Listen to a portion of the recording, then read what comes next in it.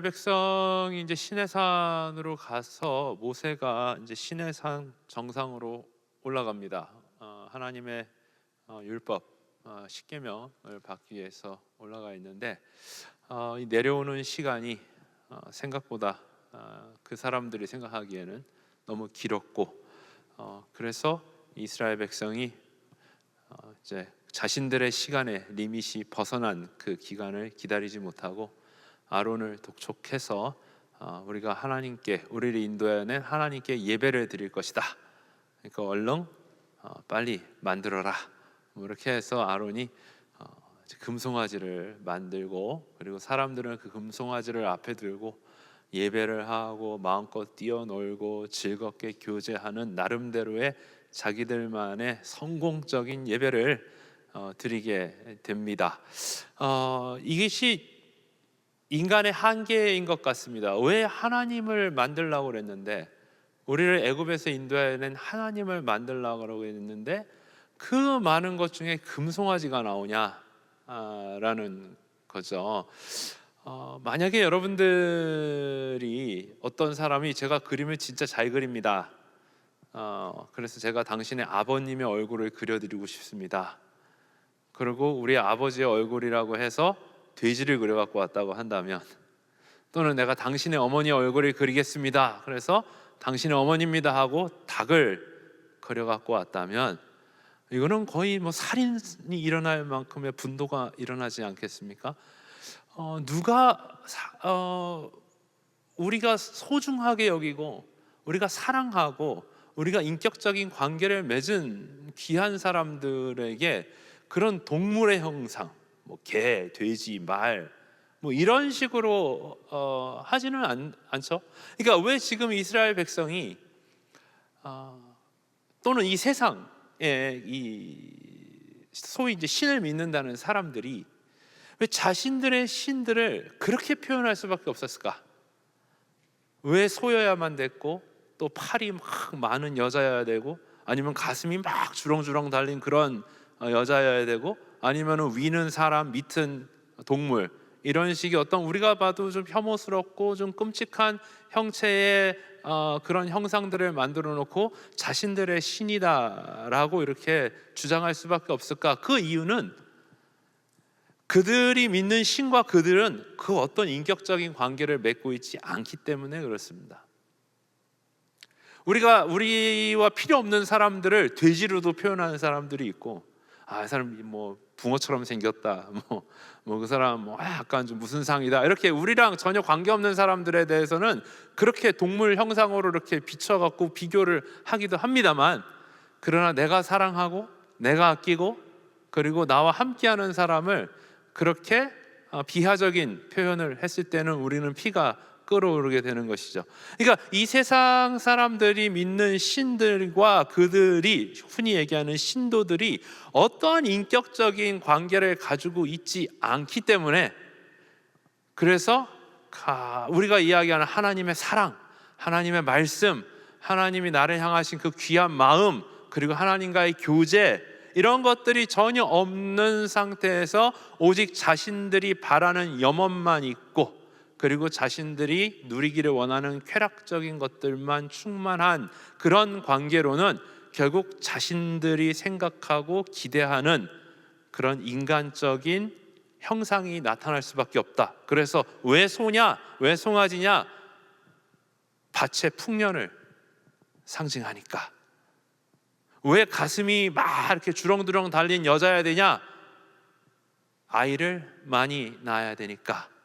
해, 달, 별, 바다, 이런 식으로 인간의 오로지 의지와 염원만이 담긴, 그러나 그들이 기도하고 믿고 또는 섬기는 신과는 전혀 어떠한 인격적인 관계를 형성하고 있지 않은, 그것이 바로 우리의 인간의 한계이다라는 것이죠.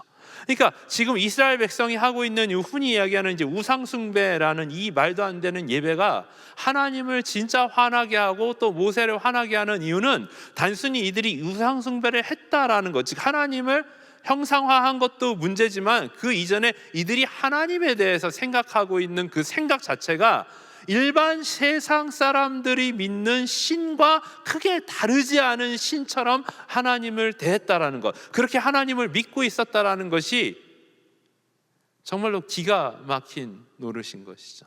모세가 내려와서 어떻게 너희가 하나님한테 이렇게 세상 잡신 대하듯이, 세상의 신을 대하듯이 그렇게 하나님을 섬길 수 있느냐? 근데 하나님께서 이스라엘 백성을 어떻게 인도하셨는가 보니까 6월절에 그들을 불러서 어린 양을 잡아 그들의 모든 죄를 속량하게 하시고, 그리고 그 가운데 그 죄의 사함의 기쁨, 심판의 면함의 기쁨을 어린 양을 함께 잡아 먹으면서 즐겁게 교제하는 시간을 하나님과 가졌고, 그리고 하나님의 그 전능하신 능력으로 말미암아 출애굽을 했지만은 그 가운데 하나님의 불기둥과 구름기둥으로 날마다 하나님이 그들 한가운데 함께 하시며 그들과 동행하신다라는 그 하나님의 동행하심을 친히 그들에게 보여주었으며, 시내산에 도착했을 때에는 그들 하여금 하나님 앞에 친히 나오게 하여 하나님과 함께 하나님의 말씀을 들으며 교제하는 시간을 나눈 그러한 인격적인 만남을 다 가지고 난 다음에 갑자기 그들이 하나님에 대하여 그런 어떠한 교제와 하나님과의 만남에 대한 이야기는 없이 세상이 그저 자신들의 어떤 우상을 섬기듯이 하나님을 대하였다라는 것이 굉장히 충격적인 일이 되는 것이죠. 우리가 예수를 믿고 구원받았다라는 이야기를 할 때에 이 구원이라는 이야기는 단순히 내가 하나님을 믿게 되었고 그래서 내가 천국 간다는 이야기를 하는 것이 아니라 예수 그리스도를 통하여 내가 하나님을 인격적으로 만나게 되었다.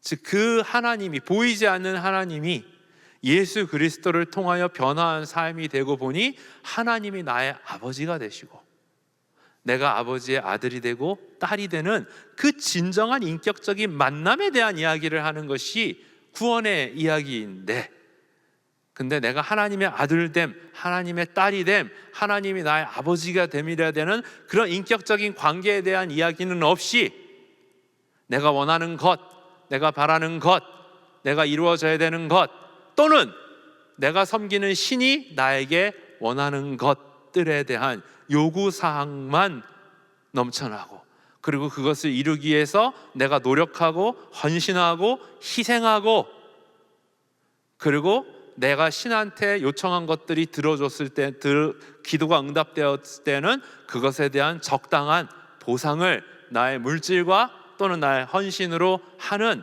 그러나 그 수많은 신이 요구하고 내가 요구하는 그 요구만 난무했지, 정작 그 가운데 하나님의 사랑과 은혜와 나를 향하신 하나님의 그 깊으신 마음과 하나님과 함께 교제함과 동행하심이 없는 그 믿음은 오늘 하나님께서 우리를 불러주신 삶의 내용이, 모습이 아니다라는 것입니다.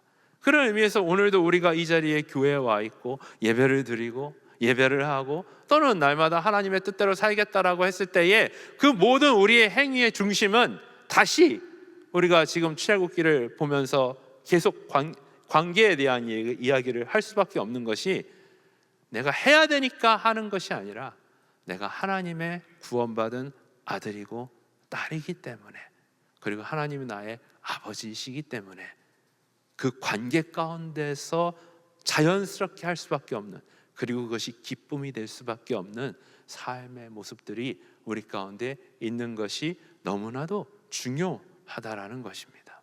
하나님은 그저 세상에서 믿는 그런 신들처럼 우리 삶 가운데 대접받으실 수 없는 분입니다. 다시 말하면 우상 숭배라는 것이 무엇이냐라고 이야기를 한다면, 그러면 우리가 뭔가를 하나님을 만들고 그 앞에서 꼭 절을 해야 우상 숭배가 되는 것이 아니라, 그 놀라운 하나님이 너무나 귀하고 내 삶의 전부 되시고 내가 너무나도 사랑하고 내가 날마다 소망하는 그 하나님이 내 삶 가운데서 어느덧 세상의 신과 같이 내 삶에 그런 존재가 되어버리게 되는 그것이 바로 우리 삶의 우상숭배가 된다라는 것입니다. 우리가 날마다 조심하고 또 조심해야 되는 것은 어느덧 그 하나님이 이 세상의 신과 비슷한 정도의 존재가 되어 나도 하나님을 섬기는데 크게 다른 세상 사람들이 자신의 신을 섬기는 것과 크게 다르지 않고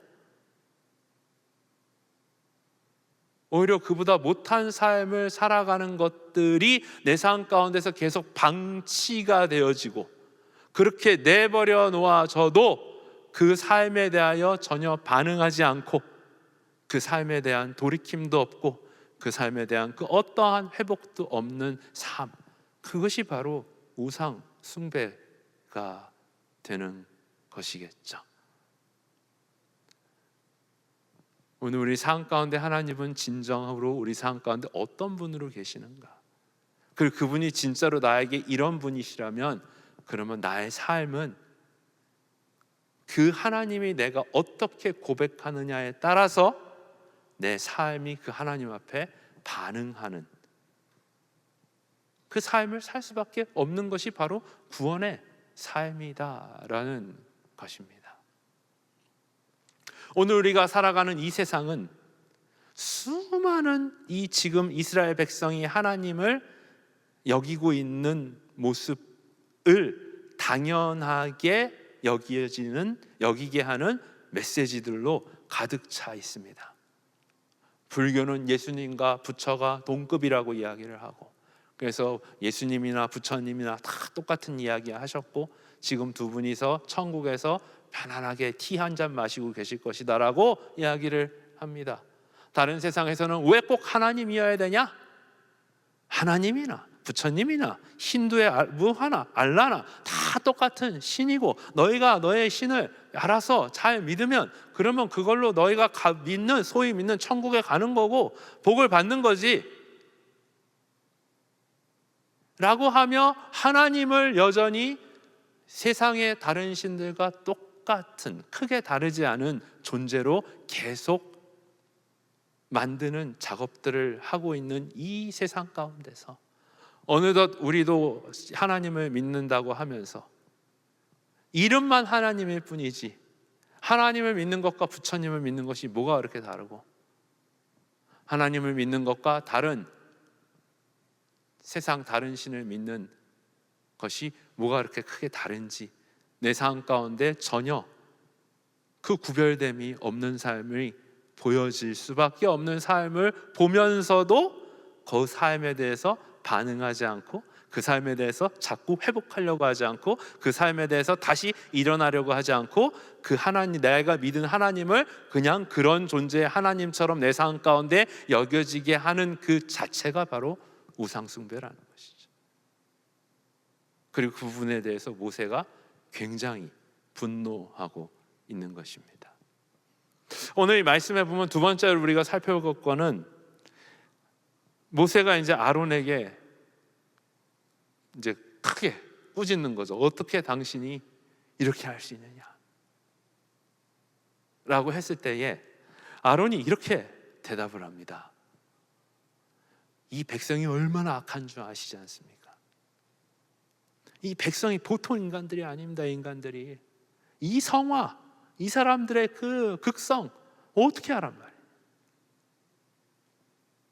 당신은 왜 이렇게 죄를 행했습니까? 왜 이렇게 죄를 행하도록 내버려뒀습니까? 라고 했을 때 첫 번째 이유는 사람들 때문에, 이 사람 때문에, 저 사람 때문에, 그래서 내가 죄를 지은 거예요. 두 번째, 아론이 뭐라고 얘기하냐면 금을 모아다가 불에 넣었는데 갑자기 그 금이 송아지가 돼갖고 나왔다라는 겁니다. 금송아지가 돼서 나와요. 이거는 어쩔 수 없는 거다. 사람들에게 금을 걷어서 불에 넣었더니 갑자기 뿅 하고 금송아지가 튀어나왔다는 거예요. 이거 어떡하냐? 어쩔 수 없는 거 아니냐? 자, 그러면 지금 아론이 자신의 죄에 대해서 어떻게 이야기를 하는 거냐면 첫 번째, 이 사람들 때문에 내가 죄를 짓게 되었고, 두 번째는 이 어쩔 수 없는 환경 때문에 내가 죄를 짓게 되었다. 이 핑계가 정확하게 어디에 초창기에 소개가 되냐면 아담에게서 소개가 됩니다. 하나님이 절대로 따먹지 말라는 선악과, 너는 절대로 선악과를 따먹지 말라라는 명령은 아담 혼자 받은 겁니다. 직접적으로는 하와가 같이 받은 게 아니에요. 직접 그 명령을 전달받은 사람은 아담입니다. 그리고 결국 하와의 꼬임에 넘어가서 아담이 그 선악과를 따먹게 됩니다. 그럴 때 하나님께서 아담을 찾아오십니다. 그래서 너가 왜 내가 먹지 말라는 선악과를 따먹었느냐라고 그랬을 때 아담이 처음으로 얘기한 것은 무엇이냐면은 당신이 만들어준 이 여자 때문에 내가 이 선악과를 먹게 됐다. 사람 때문에. 그 두 번째는 뱀이 와서 아주 유혹적으로, 매력적으로 선악과를 따먹어도 된다는 식으로 환경에 대한 이야기를 합니다. 여러분, 우리도 이 아론의 한계에서 사실 벗어날 수 없는 사람들입니다. 우리도 죄를 짓고 살아요. 그렇죠? 죄를 짓고 살아가는데 문제는 뭐냐면 이 죄에 대한 해석을 우리가 어떻게 하느냐에 따라서, 이 죄를 짓고 있는 나에 대한 이 모습을 어떻게 해석을 하느냐에 따라서 이 죄를 극복하고 넘어갈 수 있는지, 아니면 끝까지 그 죄에 얽매여서 계속 반복적인 삶을 살아갈 수밖에 없는지 차이가 난다라는 겁니다. 우리도 우리의 죄에, 우리의 연약함에 대해서 그러지 말아야지, 그렇게 하면 안 되지, 왜 그렇게 하십니까? 라고 그랬을 때 제일 먼저 우리가 드는 핑계는 사람입니다. 그 사람이 나를 유혹해서, 아니 그 사람이 내 마음을 아프게 해서, 아니면 나는 안 하려고 그랬는데 그 사람도 하더라고. 나는 그럴 마음이 없었는데 저 사람도, 교회 장로라는 사람이, 아니면 교회 중직자라는 사람이, 교회에 오래 다녔던 사람도 그런 일들을 하더라고. 그러면서 자신의 죄에 대한 이야기를 하는 겁니다. 두 번째, 왜 그렇게 하나님의 뜻을 불순종하고 왜 그렇게 하나님의 뜻대로 살지 않습니까? 환경이 바빠서, 갑자기 어려워져서, 갑자기 뭐가 이렇게 돼서. 근데 여러분, 이 해석이 중요한 게 뭐냐면은 아론이 지금 자기가 잘못 안 했다라는 거 아니잖아요.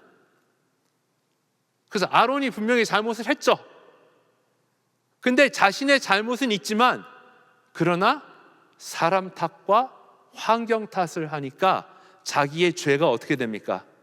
그 사람과 환경 사이로 숨겨지잖아요.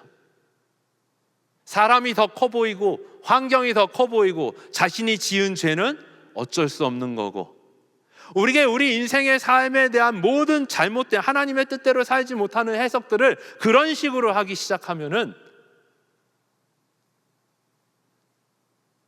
그러면 끝까지 사람과 환경 때문에 내 삶은 성장하지도 못하고 성숙하지도 못하고 그 죄에 대해서 극복하지도 못하게 됩니다. 여러분, 상식적으로 생각을 해보자고요. 여러분의 자녀가 있는데 학교에서 전화가 왔어요. 당신의 아들이, 당신의 딸이 지금 사고 쳤습니다. 그래서 무슨 사고가 봤더니 학교에서 애들하고 같이 담배를 폈다는 거예요. 여러분의 자녀의 이야기는 아니길 바라고, 그래서도 안 되고, 담배 폈다는 거예요. 그럼 이제 부모가 이제 막 달려가갖고 막 이제 자녀한테 너 미쳤냐, 돌았냐, 왜 담배를 피냐 학교에서, 막 했더니 자녀가 어떻게 핑계를 댈까요? 원래 나는 안 피려고 그랬는데 저 옆에 애가 이런 거 한번 펴봐야 된다고, 그래서 나는 안 피려고 그랬는데 옆에 애가 줘갖고 어쩔 수 없이. 그 두 번째, 환경의 문제는 뭘까요? 나 빼고 다 펴. 우리 자녀들이 하는 이야기 이거죠. 핸드폰 사달라. 네가 핸드폰 왜 필요하냐? 나 빼고 다 좋은 거 갖고 있어. 환경에 대한 이야기 아닙니까? 그럼 여러분들이 그 자녀들의 두 가지의 핑계를 듣고 합리적으로 어떻게 생각합니까? 맞아, 우리 애는 잘못이 없다. 우리 애는 잘못이 없는데 저놈이 문제고 요 환경이 문제구나. 이렇게 여러분 판단합니까? 여러분이 자녀가 도둑질을 해갖고 경찰서에 갔다 왔어요. 자꾸 자녀 얘기하니까 기분이 안 좋죠. 여러분이 도둑질을 해서 경찰서에 갔다고 해봅시다. 그래서 경찰 아저씨가 당신 왜 도둑질했습니까? 그럼 뭐예요? 저는 원래 도둑질할 마음이 없었는데 제가 같이 있던 친구가 하도 같이 하자고 그래서 어쩔 수 없이 했습니다. 제가 다음 달에 여행을 가려고 했는데 100만 원이 필요했는데 제가 지금 50만 원밖에 없어갖고 환경이 어쩔 수 없이 갖고 50만 원을 빨리 만들어야 되는데 방법이 없어서 어쩔 수 없이 했습니다.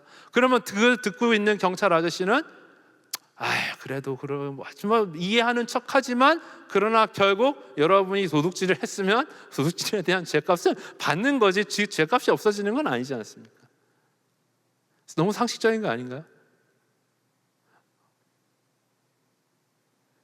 우리는 그런 부분에서 굉장히 상식적인 이야기를 하면서 반면에 우리가 하나님한테 하는 그 죄에 대한 이야기는 너무 비상식적으로 해석을 하는 거 아닙니까? 오늘 교회 가야지. 근데 걔가 가지 말자고 해갖고 오늘 교회 가려고 그랬는데 걔 때문에 오늘 내가 하나님의 뜻대로 살려고 그랬는데 이게 갑자기 바빠지고 분주해지고 어려워져서 그러고는 해석을 어떻게 합니까? 하나님은 이해하실 거야. 아니면 나는 잘못한 거는 맞는데 그러나 자꾸 해석의 중심이 너 때문에 환경 때문에 되면은 실제로 잘못하고 있는 나는 고칠 수 있는 그것을 회복할 수 있는 기회들이 없어진다라는 겁니다. 맞아요. 아론은 큰 잘못을 했습니다. 그리고 그로 인하여 수많은 이스라엘 백성들이 금송아지 앞에 놓고 우상 숭배와 희한한 예배를 드리는 말도 안 되는 짓거리를 하게 됩니다. 거기에 대해서 하나님이 화나신 것도 맞고 그리고 모세가 거기에 대해서 분노를 표출한 것도 맞습니다. 하나님께서 우리의 죄에 대해서 웃는다고 생각하십니까? 우리가 하나님 뜻대로 살지 않는 것에 대해서 하나님이 흐뭇해하시며 그럴 수 있지라고 생각하십니까? 아니요. 하나님은 여전히 우리의 죄에 대해서 반응하시고요, 우리의 죄에 대해서 끔찍하게 싫어하시고요, 우리에 대해서 꾸짖기도 하시고요, 우리의 죄에 대해서 타이르기도 하시고요, 우리의 죄에 대해서 어쩌면 우리가 생각했던 것보다 더 강렬하게 하나님의 액션을 취하실 수도 있습니다. 왜? 우리 아버지시기 때문에. 근데 우리 아버지시기 때문에 그런 하나님의 분노와 하나님의 화와 또는 하나님의 실망이 있는 가운데 언제나 하나님께서 우리에게 그 다음 액션을 취하시는 것은 알았어, 너 잘못했어, 너 잘못했어, 근데 알았으니까 이제 어떻게 할래? 하며 하나님의 편에 다시 서라 라고 하시며 하나님의 편에 다시 세우는 작업을 반드시 하신다라는 겁니다. 왜 하나님의 편에 세우실까요? 왜냐하면 우리는 하나님과의 특별한 관계를 갖고 있는 하나님의 아들이고 딸이기 때문에 너는 하나님이 사람의 손에 지음받아 사람의 손에 길들여지고 사람의 의지로 컨트롤되고 사람의 쾌락과 사람의 욕망으로 좌지우지되는 그러한 그곳 가운데서 살 수 있는 그런 애가 아니야. 아빠 옆으로 와. 너는 하나님 없이도 살아갈 수 있다. 우리에게 필요한 건 그저 다음에 좋은 여정일 뿐이지 굳이 하나님 앞에서 우리가 얽매여 살 필요 없다라고 하는 그 자리에 너는 갈 필요 없다. 너는 내 옆으로 와 라고 하며 하나님 편으로 언제든지 우리를 다시 초청하시는 것입니다. 오늘 말씀에 보면은 이스라엘 백성이 어떻게 행했다고 그러냐면은 방자하게 행했다라고 그러는데 굉장히 옛날 말이죠. 방자한 것, 방자하게 행했다.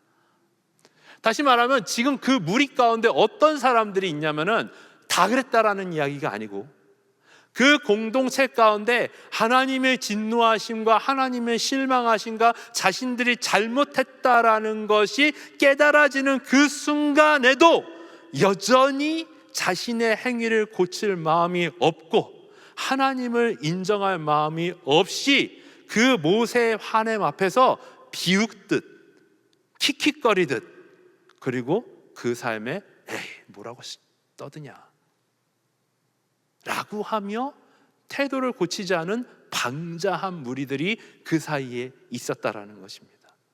그리고 그것을 본 모세가 이야기를 합니다. 너희는 어느 편에 설 것이냐? 너희는 어느 편에 설 것이냐?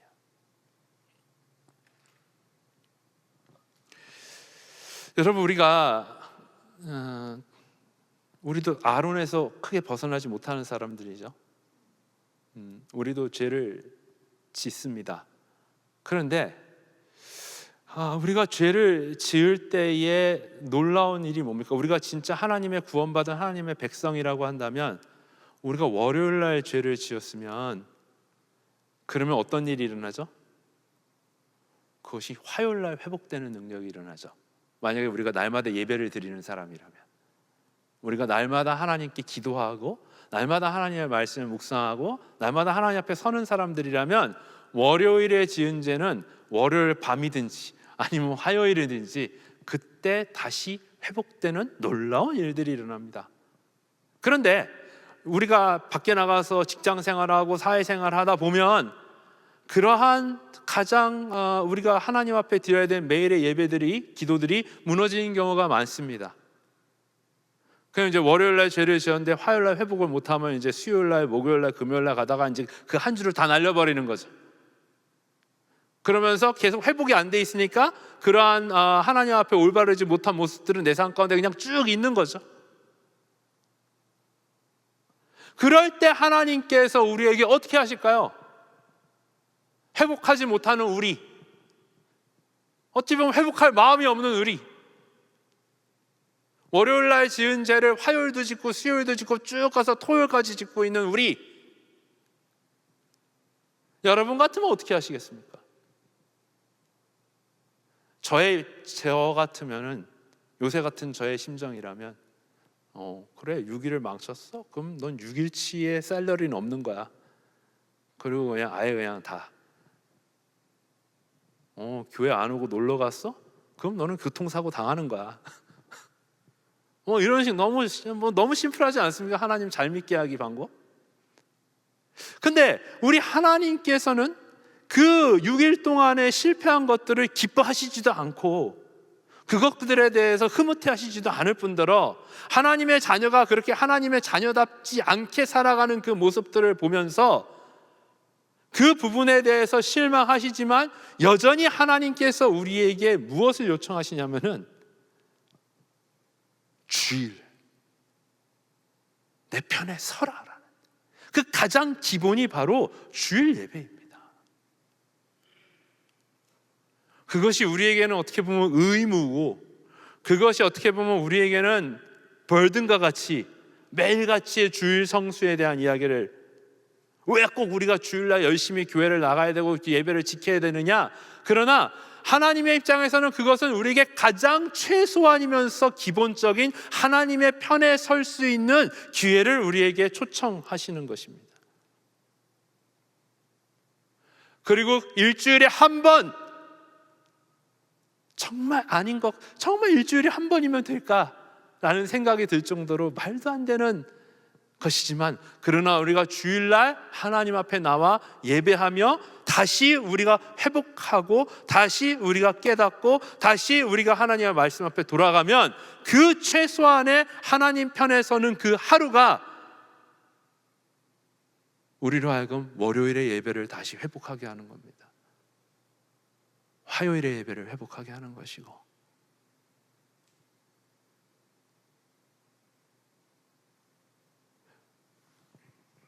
오늘 말도 안 되는 행위를 벌인 이스라엘 백성에게 결국 하나님이 그들에게 초청하신 것은 내 편에 서라. 여러분의 6일의 삶이 어떨지는 몰라도, 그러나 적어도 가장 마지막 하나님의 음성, 하나님의 말씀, 하나님의 명령은 내 편에 서라라는 겁니다. 주일 예배 통해서 다시 회복되는, 그것이 회복되면 날마다의 하루하루 가운데 하나님 편에 설 수 있는 또 회복들이 누려지게 되는 거죠.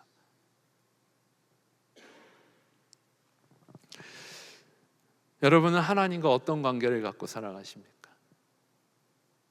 정말 그분이 우리의 하나님이시여 우리의 아버지시며 다른 세상의 어떤 종교와 차별되는, 비교할 수 없는 진짜 하나님의 사랑과 은혜와 인격적인 만남의 교제를 가지고 살아가는 나의 아버지가 맞습니까? 그렇다면 여러분의 삶에 하나님의 아들과 딸로 살아가야 되는 삶의 해석은 어떻게 내려집니까? 내가 잘못한 거 아닙니까? 여전히 내가 부족한 거 아닙니까? 내가 연약한 거 아닙니까? 그러면 어떠한 이유에서든지 내가 하나님 앞에 나가야 되는 거 아닙니까? 내가 하나님 앞에 더 가까이 가야 되는 거 아닙니까? 내가 하나님을 더 붙잡아야 되는 거 아닙니까? 왜? 내가 잘못한 거니까 이러나 저러나. 근데 왜 우리는 자꾸 해석을 사람 때문에, 환경 때문에,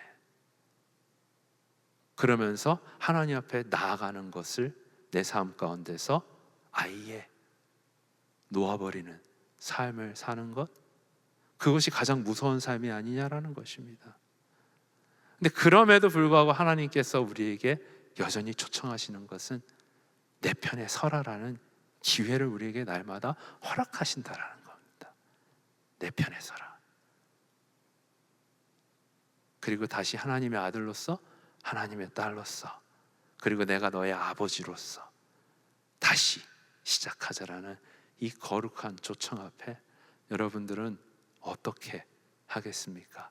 오늘 이스라엘 백성의 표현과 같이 방자하게 내년에 갈게요, 내후년에 때가 되면, 아니면 진짜 우리가 지혜 있는 하나님의 백성이라면 그것이 오늘 하나님께서 내게 들려주시는 진정한 초청이라면 오늘 나는 하나님의 편에 서겠습니다. 그러면 하나님과 모든 것을 함께 할 수 있는 그런 진정한 참된 신앙들이 누려질 수 있는 여러분과 제가 될 수 있기를 간절히 주님의 이름으로 소원합니다.